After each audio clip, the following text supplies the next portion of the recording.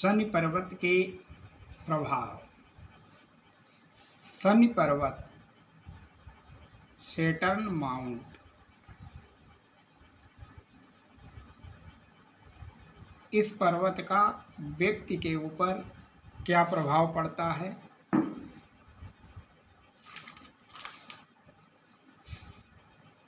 लक्षण क्या उत्पन्न होते हैं, इस पर चिन्हों का क्या प्रभाव पड़ता है, इसके संबंध में है। शनि पर्वत उभार लिए हुए है। उभार का मतलब शनि की इस अंगुली से और हृदय रेखा तक जो बीच की दूरी है, इसे उभार के रूप में लेते हैं। वैसे तो सबका समतल होता ही होता है। शनि पर्वत उभार लिए हुए है और किसी पर्वत की ओर झुका हुआ नहीं है, तो ऐसा व्यक्ति एकांत प्रिय, लक्ष्य प्राप्ति में लीन रहता है। यदि अंगुली के फर्स्ट, सेकेंड और थर्ड तीनों पोर बराबर हैं, तो वह व्यक्ति गहन अध्ययन करता है, गुप्त विद्याओं का प्रेमी होता है, परंतु दूसरों के साथ रहना कम पसंद करता है। यदि मध्यमा अंगुली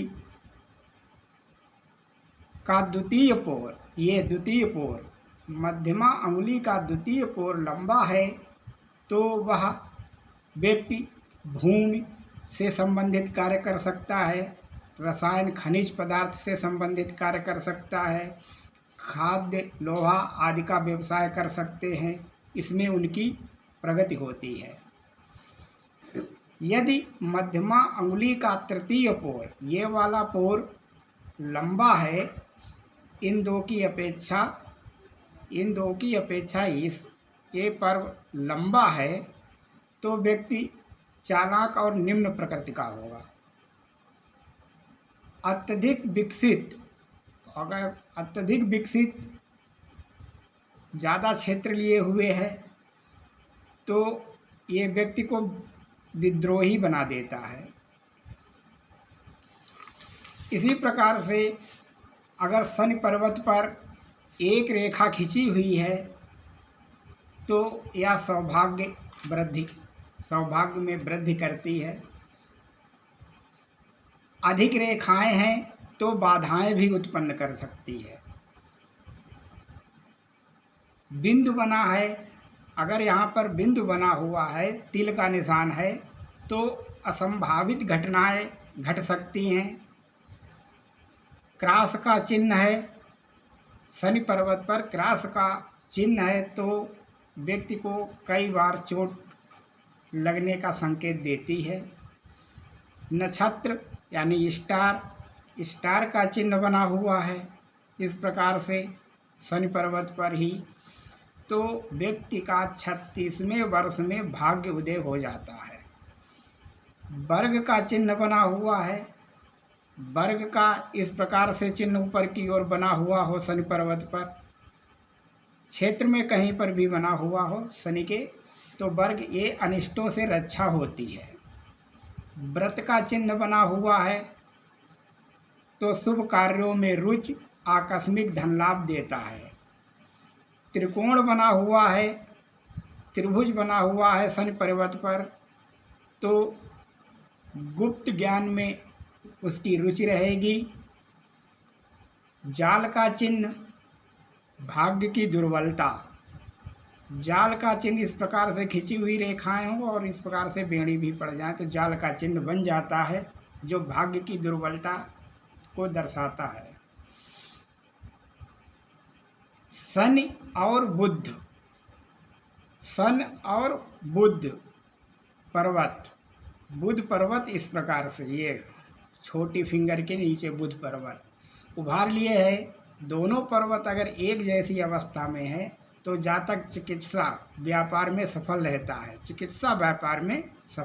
है, शनि की अंगुली अगर गठीली है, शनि की अंगुली गठीली है, गांठ टाइप की बनी हुई है यहाँ पर, तो पीछे की ओर गठीली है, गठीली शनि अंगुली जातक सुचारू ढंग से कार्य करने वाला होता है, अपने कार्य को जो करेगा बड़ा सुचारू ढंग से करेगा। शनि पर्वत पर काला तिल, अगर इसके ऊपर काला तिल है तो दाम्पत्य जीवन दुखद रहेगा। बहुत ज़्यादा काला है तो दाम्पत्य जीवन अधिक समय तक दुखी रहेगा व्यक्ति।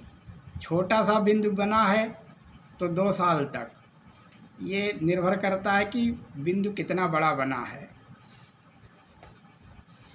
शनि और गुरु पर्वत मिले हों, शनि और गुरु, ये गुरु पर्वत है। अगर शनि और गुरु पर्वत एक ही ओर सेट हो जाएं, दोनों आपस में, ये इधर खिसक के ये इधर को थोड़ा सा खिसक के ये उभार ले, दोनों मिल जाएं तो व्यक्ति लक्ष्य की प्राप्ति करता है।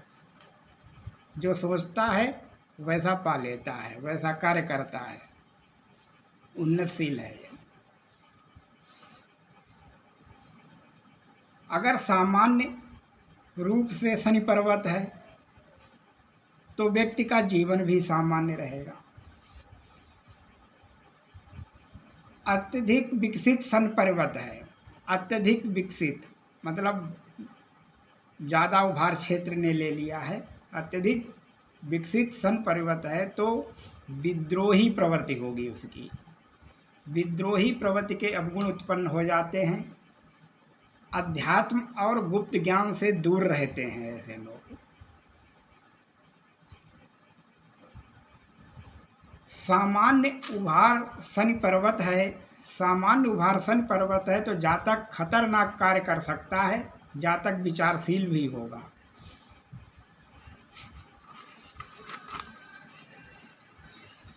उभरा शनि पर्वत, उभरा शनि पर्वत कुछ ऊपर उठा हुआ भी हो और उभार भी लिए हो तो ऐसी स्थिति में व्यक्ति को जो दुर्घटनाएं होंगी, पैरों पर चोट अधिक आएगी, पैरों पर चोट अधिक आती है। अगर उभरा हुआ शनि पर्वत है, सामान्य से अधिक अगर उभर जाता है तो ऐसे लोगों को पैरों में चोट अधिक आती है। समतल शनि पर्वत है, समतल शनि पर्वत अगर यही बना हुआ है तो साधारण औषधियों से उसे लाभ नहीं होगा। शनि और केतु, शनि और केतु का भाग, शनि और केतु का भाग, जो हथेली के नीचे भाग केतु होता है, शनि और केतु का भाग अगर समान उभार लिए हुए हैं तो 36वें वर्ष सफलता मिल जाती है। मंगल और शनि,